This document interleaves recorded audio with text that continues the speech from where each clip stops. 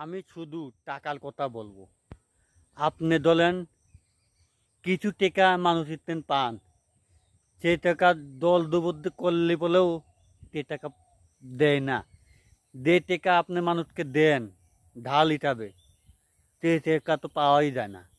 এরকম পরিস্থিতি এই বাংলাদেশে। যেরকম টাকা দেওয়ার ফলে মানুষ আর দিতে চায় না, তাদেরকে টাকা না দেওয়াটাই ঠিক।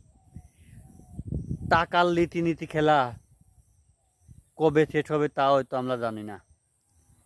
টাকার নেশা হয়তো সবারই থাকে। টাকা একজনকে দিলি বলে তে আর ব্যাগ দিবি চায় না। আমি চাই বাকি বাকি দিনটাই বন্ধ হয়ে যাক, যাতে দিন বাকি কেউ নাও লেয়, কেউ লিবিও না, কাউকে দিবিও না। আমার মতন আমি নিজে টাকা খরচ করব,